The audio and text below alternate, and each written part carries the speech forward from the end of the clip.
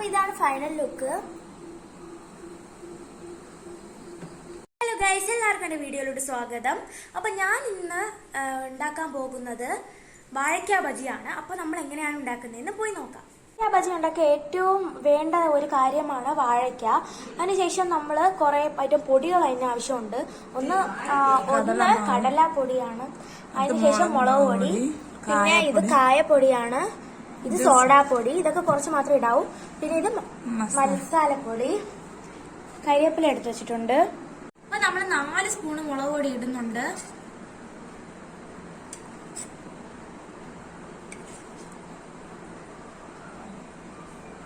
അതിനുശേഷം നമ്മൾ ഒരു സ്പൂൺ മസാലപ്പൊടി ഇടുന്നുണ്ട്. കുറച്ച് മാത്രമേ ഇടുന്നുള്ളൂ. സോഡാപ്പൊടി ഇത്ര മാത്രമേ ഇടാവൂ. അപ്പൊ നമ്മൾ ഇതെല്ലാം കൂടെ നല്ലപോലെ മിക്സ് ചെയ്യണം. നമ്മൾ 1 കപ്പോളം വെള്ളം ഒഴിക്കുന്നുണ്ട്. ആവശ്യത്തിന് 1 സ്പൂൺ ഉപ്പ്.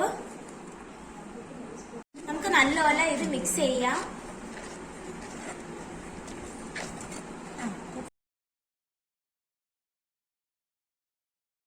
ഇനി നമ്മൾ ഇതിനെ 2 മിനിറ്റ് വയ്ക്കുവാണ്. അപ്പൊ നമ്മൾ നല്ലപോലെ വാഴയ്ക്കയിലെ തൊലിയെല്ലാം അരിഞ്ഞ് വയ്ക്കുവാണ്. നല്ല തിന്നായിട്ട് വേണം അത് അരിയാൻ വേണ്ടിയിട്ട്. ഇതിക്ക് വേണ്ടി നമ്മൾ മുണ്ടങ്ക നമ്മൾ അരിഞ്ഞ് വെച്ചിട്ടുണ്ട്. വാഴയ്ക്ക ബജി ഉണ്ടാക്കുന്നതിന് വേണ്ടി നമ്മൾ മിസ്റ്റർ ഗോൾഡിന്റെ സൺഫ്ലവർ ഓയിലൊക്കെ മുങ്ങി കിടക്കുന്ന വിധത്തിൽ നമ്മൾ എണ്ണ ഒഴിച്ചു കൊടുക്കണം. മൊത്തത്തിൽ വെച്ച് ഒരു ഫോട്ടോ എടുത്തിട്ട്